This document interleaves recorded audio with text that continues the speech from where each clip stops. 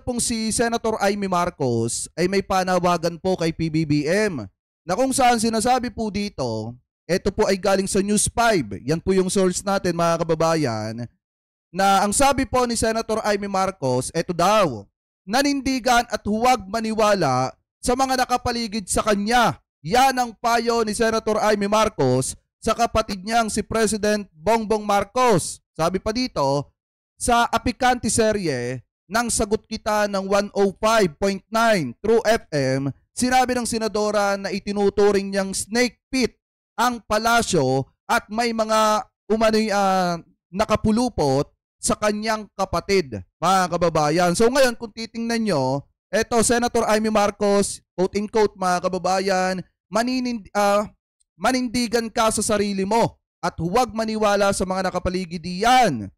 Kasi bata pa ako, sinasabi ko na sa tatay ko, ang Malacanang ay snake pit. Ngayon, taon ng ahas, dumadami sila. Kawawa naman na nakapaligid diyan. Nakapulupot sa kapatid ko. Yun lang, manindigan siya, magpakatibay siya sa sarili niya, alam niya ang dapat gawin. Yan po mga kababayan, ang payo ni Senator Amy Marcos kay PBBM. So ngayon, naghanap tayo ng mga video about po dito sa balitang ito. Kasi mga kababayan, nagkaroon po ng interview etong si Senator Amy Marcos at nanindigan din po siya mga kababayan na ilalaban daw niya hanggang sa huli, hanggang sa dulo, etong impeachment laban po kay Vice President Sara Duterte. Sa madalit salita, didepensahan niya di umano hanggang dulo etong si Sara Duterte. So ngayon mga kababayan, kung titingnan nyo, maliwanag naman dito na gamit na naman ni Senator Amy Marcos yung kanyang tatay. Kasi sinasabi daw niya sa kanyang tatay mga kababayan, noong bata pa siya, na ang Malacanang daw mga kababayan ay snake pit. Ibig sabihin na andyan yung marami mga ahas daw po na nakapaligid sa kanyang kapatid at yung iba ay nagbabalat kayo, ika nga. So ngayon kung titingnan nyo mga kababayan, sa ganito kasing klaseng sitwasyon, malimit gamitin ni Senator Amy Marcos yung di umano yung kanyang tatay. Pero kapag binabastos yung kanyang tatay ng kanyang best friend, ba't parang tahimik po ata etong si Senator Amy Marcos at no comment mga kababayan kapag si Sara Duterte na ang nagsasalita at nagbibitaw ng hindi magandang salita laban po sa kanyang tatay. Bagkos ang pinagtatanggol pa niya, eto pong nambabasto sa kanyang tatay. Ngayon mga kababayan, eto panoorin natin etong nakita po nating interview ni Senator Amy Marcos mga kababayan. Dito po sa aplikante pala to. Dito po sa aplikante mga kababayan na kung saan ayon po kay Senator Amy Marcos, doon po sa impeachment ni Vice President Sara Duterte, lalabanan ko yan hanggang dulo. Ibig sabihin mga kababayan, maninindigan siya sa side ni Sara Duterte hanggang dulo. Eto mga kababayan ang tanong dito, pwede bang umupo bilang hurado etong si Senator Amy Marcos mga kababayan?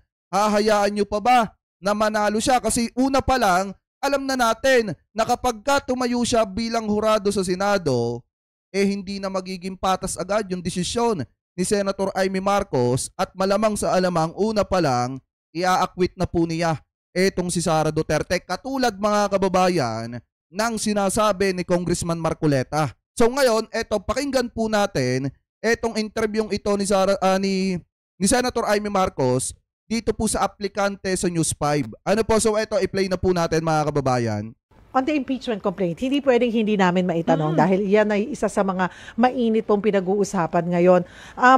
Kamustahin ko muna, ano na po ba talaga kayo ni VP Sara? Friendship okay over na ba or kalma lang, parang tahimik muna tayo. Wag mo nang Hindi, kaibigan ko naman yun. At saka talagang tinuturing ko malaking utang na loob kay Presidente Duterte. Ilang taon, siguro mahigit 20 years, walang maglilibing sa tatay ko. 4 na pangulo, isa pinsan pa niya. Ayaw talaga siya ilibing Pero si PRRD talaga naman niya inilibing ng yung tatay ko. Hindi popular yun nung panahon na yun. At saka ako bilang panganay, papasalamat talaga ako. Tapos yun nga, yung... Si Digong ba mga kababayan na nagpalibing kay former President Ferdinand Marcos Sr. Ang pagkakaalam ko kasi mga kababayan, Supreme Court at pinagbotohan pa yan. Ngayon, nagkataon lang kasi mga kababayan na sa administrasyon ni Duterte na ipalibing itong si Apo Lakay. At saka natural, mga kababayan, natural na dapat ipalibing niya itong si Apo Lakay sa libingan ng mga bayani. Kasi mga kababayan, yan yung isang code na ginamit niya nung siya ay tumatakbo sa pagkapresidente. Kaya po siya nanalo. Tandaan po natin yan. Kung hindi niya ipinangako na ililibing si Apo Lakay sa libingan ng mga bayani, pihado natalo siya mga kababayan noong 2016. Kasi kaya lang naman siya sinuportahan ng napakarami sa mga Marcos loyalists dahil ang pangako po niya nung siya ay tumatakbo sa pagkapresidente, manalo lamang siya ay ipapalibing niya sa libingan ng mga bayani di umano etong si Apo Lakay. Kaya natural na ipalibing niya sa libingan ng mga bayani yon at hindi dapat yon mga kababayan din tinatanaw na utang na loob sa mga Duterte. Bakit? Dahil unang-una, may utang na loob din ang mga Duterte sa mga Marcos loyalists dahil pinangako ni Digong na ipapalibing niya si Apo Lakay pag naging presidente siya. At nangyari naman ngayon mga kababayan dahil sa administrasyon niya na ipalibing si Apo Lakay kahit hindi si Duterte ang nagpalibing at Supreme Court ang nagpalibing mga kababayan. So ngayon, ipagpatuloy pa natin. 2019, kinampanya ko ng bonggang-bongga, naging senador ako. Noong 2022, sinamahan ni VP Sara si Bongbong, kaya nanalo sila ng todo-todo. Kaya matindi rin ang utang na loob ko sa mga Duterte. Talagang aambinin ko at mananatili yun. Ayun, ngayon di makikita. Makikita kung kaya siyang ipanalo ng utang na loob niya sa mga Duterte. Eto, sa mga nanonood ngayon na Marcos loyalist, nasa sa inyo po yan.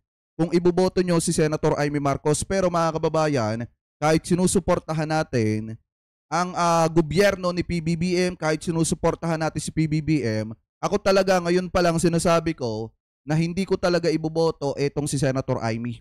Pasensya na po mga kababayan doon sa mga kababayan natin na Marcos loyalist, pero hindi ko po kasi mga kababayan nagugustuhan etong mga sinasabi ni Senator Amy Marcos. Oo, may utang na loob siya sa mga Duterte, pero may utang na loob din ng mga Duterte sa mga Marcos. Tandaan po natin yan dahil nga kung hindi ni Digong sinabi na ipapalibing niya sa libingan ng mga bayani si Apo Lakay, hindi naman talaga siya iboboto ng mga Marcos loyalist. Nagkataon lang talaga na no choice ang taong bayan noong mga panahon na yon. Ano po, ngayon ipagpatuloy pa natin. Kaya't yun nga, yung sa impeachment, yung sa ICC, ayoko kasi ng gulo. Kaya sinabi ko, nako, lalabanan ko yan hanggang dulo. Ayoko ng ganyan eh. Miski yung kay Bongbong, ayoko rin ng gulo. Ipagtatanggol ko yung kapatid ko kung mga destabilization, revolutionary government. Hindi ka nga makakomment nung pinapabagsak ang kapatid mo. Sabi mo, ipagtatanggol mo si PBBM. Nung tinawag nga publicly na bangag, adik yung kapatid mo, wala kang masabi. Diba mga kababayan? Totoo naman, nung tinatawag na bangag, adik yung kanyang kapatid, no comment lang siya. Nung pinagbantaan ang buhay ng kanyang kapatid, tatanggalan pa ng ulo mga kababayan, binastos yung kanyang tatay, no comment po siya. Samantalang kapag itong mga Duterte, ang nakaharap sa mga matitinding aligasyon, parang ang dating ang sama-sama ng gobyerno sa kanya.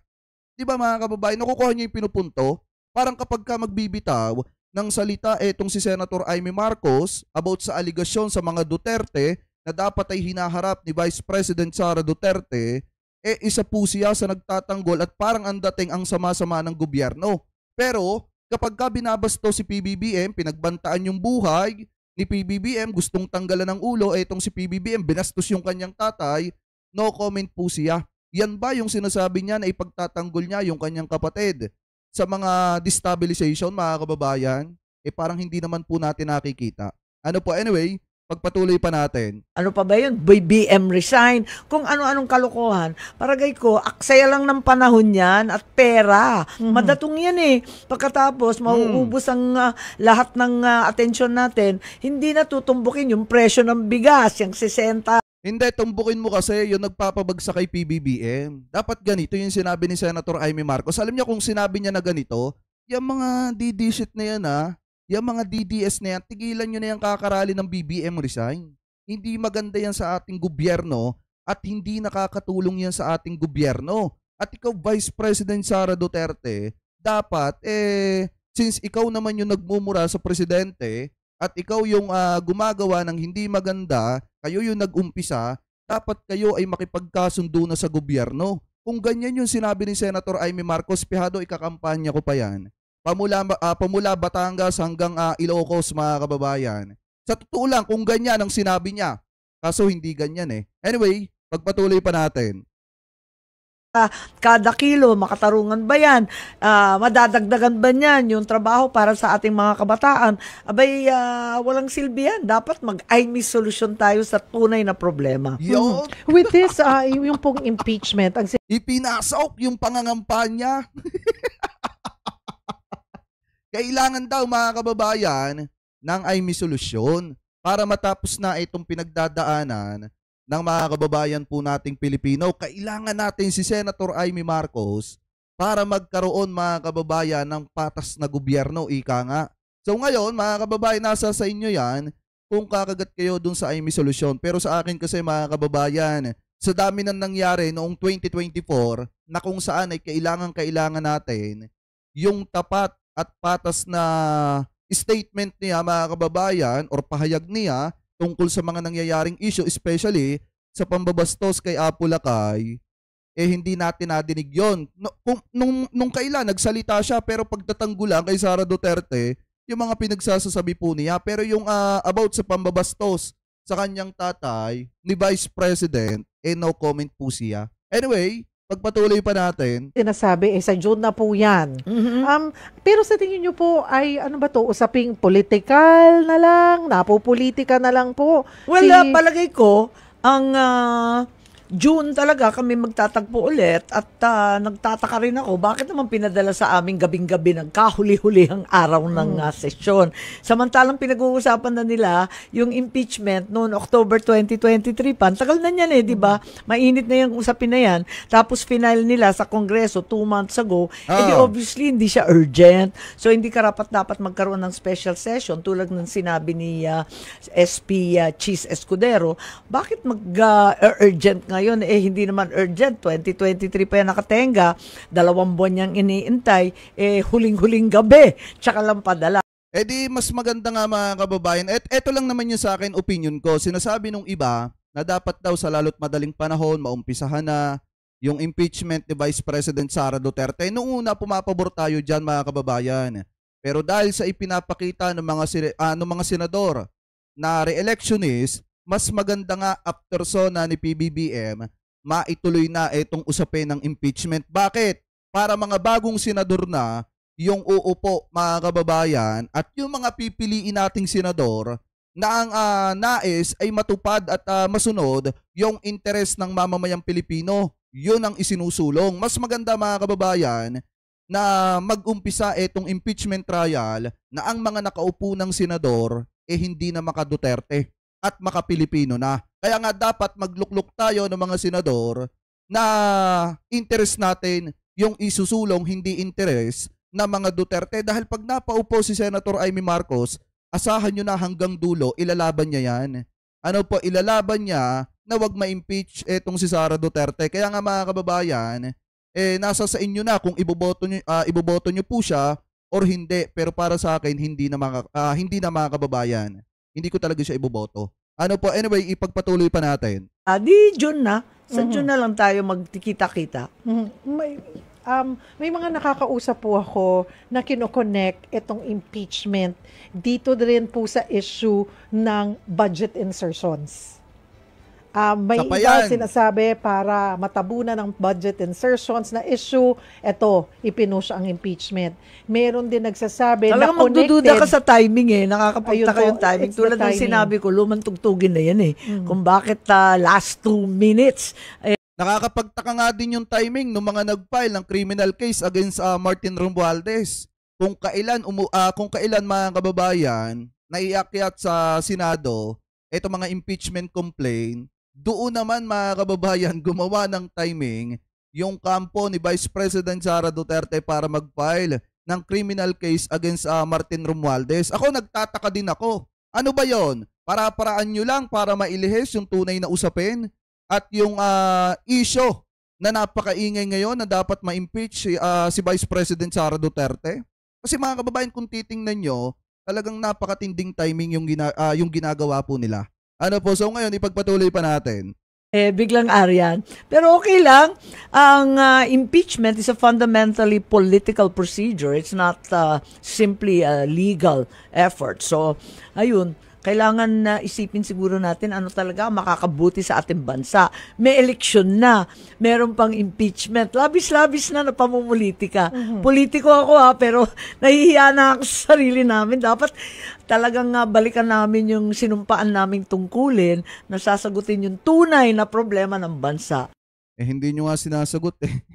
So nasa sa inyo yan mga kababayan kung susuportahan nyo pa si Senator Aimee Marcos. Pero sa akin mga kababayan, ako sinasabi ko sa inyo noong nakaraang taon pa, nang dahil sa mga nangyayaring issue, pambabasto sa presidente, at hindi natin napakinggan yung kanyang panig, yung kanyang statement, pero naririnig natin siya kapag nagtatanggol kay Sara Duterte, pero yung pagtatanggol sa kanyang kapatid, hindi natin naririnig. Doon pa lang mga kababayan, para sa akin, hindi ko talaga siya iboboto. Kasi unang-una, titindigan niya lang naman yung impeachment trial about laban kay Vice President Sara Duterte, hindi para bigyan ng katotohanan at hustisya ang mamamayang Pilipino, kung hindi para idepensa etong si Sara Duterte at labanan yung impeachment hanggang dulo. Kaya mag-isip po tayo ng napakaraming beses kung dapat pa ba siyang ibalik sa Senado bilang senadora. Mga kababayan, ano po? So nasa sa inyo yan. Iniiwan ko sa inyo yan kung ano po yung desisyon nyo about po dyan.